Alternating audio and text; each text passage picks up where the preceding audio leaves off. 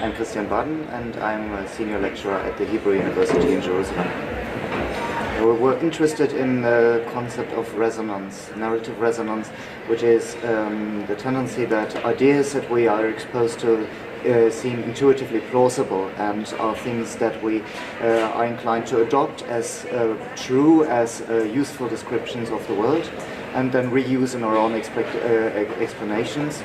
And basically, there's a lot of research that uses resonance as an explanation. They say, this was a strong, resonant idea, but nobody really knows how exactly it works. And that was what we were interested in. We were looking at a case from Israel where last summer there's been two terrorist attacks from Jewish radicals, one against Palestinians, one against gay activists.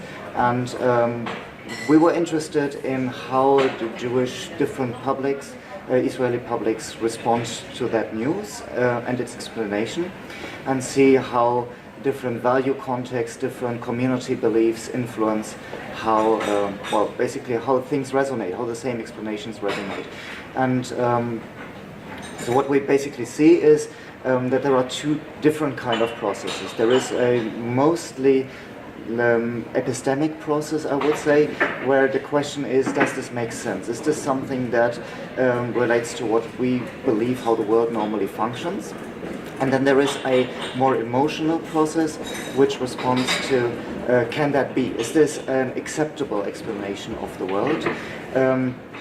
And depending on which of the two processes is dominating, you get different responses. You get either a very subtle, very fast adaptation or rejection of ideas, or you get like this crazy elaboration and sometimes moral panic about ideas where a lot of elaboration is going on. Yeah, what I'm currently very much interested in is these resilient ideas.